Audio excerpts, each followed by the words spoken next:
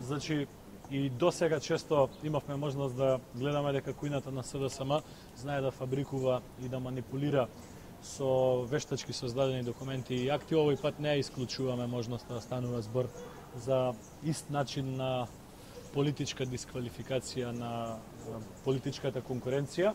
Меѓутоа би сакале да потенцираме дека оваа влада, владата предводена на ВМРО ДПМН, е прва влада која што работи врз многу прецизна програма, со прецизни рокови, со прецизни ветувања за решавање на проблемите на граѓаните. До сега ниту една влада не ја превзема обврската да работи на тој начин. Впрочем, и Социјалдемократскиот сојуз и до ден денеска немаат нити партиска програма која што ќе нуди нити приближно ист начин на работа, ист начин и пристап на решавање на проблемите на граѓаните.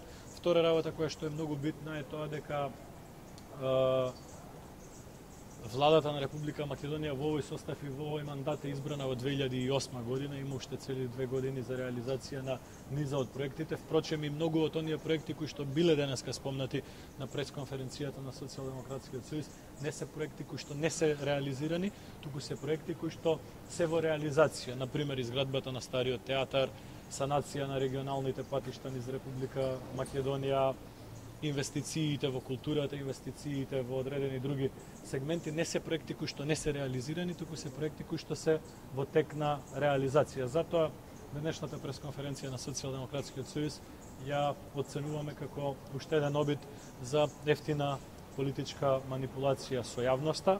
Наместо тоа ние уште еднаш по многу пати апелираме до колегите од Социјалдемократскиот сојуз да седнат многу конструктивно и разумно, да напишат своја програма, да предложат своји проекти, да предложат своји решенија, кои што ќе бидат и смасно напишани, кои што ќе бидат базирани врз реални показатели и само на тој начин ќе можеме ги спротивставиме идеите, концептите и намерите кои што ги имаме за иднината на граѓаните. Се поинаку е празна политика. Благодарам, дали има прашања?